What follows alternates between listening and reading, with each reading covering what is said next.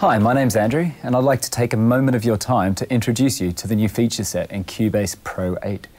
Now, our developers have been working hard behind the scenes to bring an innovative new product to the market that makes it more powerful for you to create and compose music at home.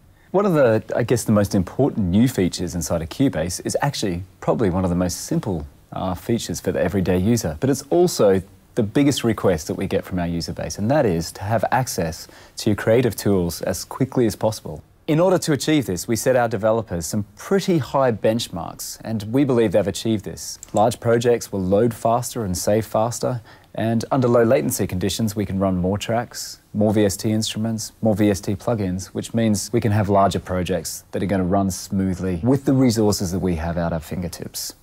So we have a really big feature coming up now that is one of the biggest feature requests by a lot of professional users and even home users. It's all about trying to get the perfect mix. This is VCA Faders. So let's go and have a quick look and see what we can do with VCA Faders. So over here on the screen, we've got quite a large project, and there's, say, 12, 13, 14 drum tracks.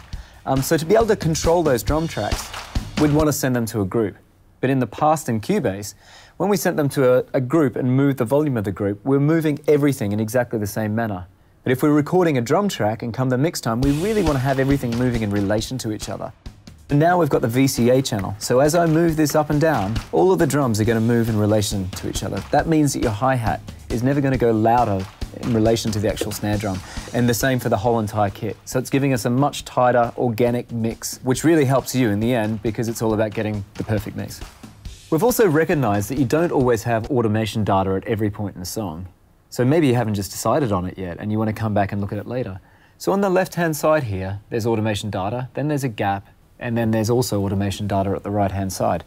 This Virgin Territories function now means that I can hit play, and as I go through, I can just select the fader, and I can preview the mix, or where I can see that instrument fitting into the mix. And once I've decided, I can let go, and the automation data takes over again. Cubase has always been somewhat of a production playground. We've led the way in terms of MIDI, VST instruments. In fact, we created the whole VST environment. And we've always offered lots of flexibility in terms of bouncing individual tracks out. But now we've taken it a step further. So if we have a look at the screen, we've got this MIDI piano part, which is linked through a VST instrument. Now, if I want to turn that into audio so I can actually start working sonically with the part, I very quickly just go up to Edit and then down to Render in Place. Or I can click on Render Setup, which is quite interesting because it allows us to bounce the part dry, so as it is, or with the channel settings, so with maybe compression over the actual channel. The complete signal path, so it's the piano as it moves through the Cubase mixer, or we can actually bounce it with the complete signal path and the master effects we have over the top. So this is really enhancing the workflow, meaning that we can get stuff out and get it into the audio domain very quickly. All we need to now do is just hit OK, and you can see instantly Cubase starts rendering this piano part and it will turn it very quickly into an audio file. The other option I have selected is the option to mute the source. So that now means that the MIDI file is muted, and if we go just below, you can see now we've got the perfect audio file of what we had played in the MIDI track. So you will have noticed today, as we're working through the new features in Cubase Pro 8, that I'm sitting in front of this amazing controller. Now, this is the Nuage controller, and Cubase Pro 8 fully supports the functionality of this controller, so anything we do in here will be reflected in our workflow inside of Cubase Pro 8. The general theme of, this video is to show you how much time we've spent in increasing or enhancing the workflow inside of Cubase. Of course, there's so much functionality, and we really strive to make this functionality as clean and as accessible as possible. So over on the right-hand side, you'll notice this new dockable window. We can get easy access to our instrument racks, or at a click of a button, we can go across to our media bay to, say, drag a sample straight over into our file. Or if you go over to your left-hand side, you can see we've completely cleaned up the track listing to make it as easy as possible to get around the project window. So as well as dockable windows, we've got something pretty exciting for our PC friends, and this is Windows handling. So you'll notice here, I just click on a window, it appears.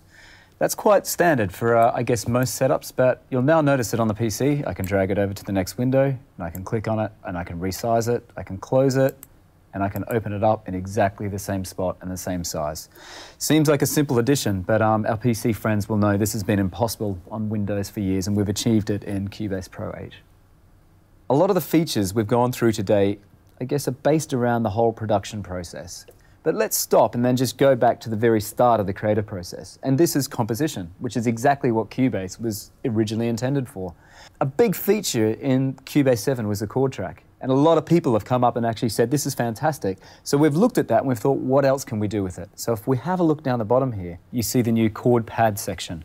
So this allows us to quickly click on chords that we want to access. Not all of us are piano players, so we can find the relevant chords just by scrolling through different inversions, and then right mouse click, and now we can start to build on our chord track, take our project in a new direction. So there's nothing more exciting than getting a new product, taking it home, installing it on your machine, and just seeing how it shapes the sound that you have already recorded. Now we've given our developers, I guess, free license to come up with some new, creative and innovative tools to help shape the sound that you've recorded. The first three are the new multiband compressor, envelope shaper, and also expander. I guess a long-awaited, it's not an addition, it's a re-addition to the Cubase range is the Quadrafuzz 2. We've now got an Acoustic Agent inside of Groove Agent SE, and then a new Vst Bass Amp. So we're joined in the studio today by Torben, who's been kind enough to come in and play some bass on this track that we have up here.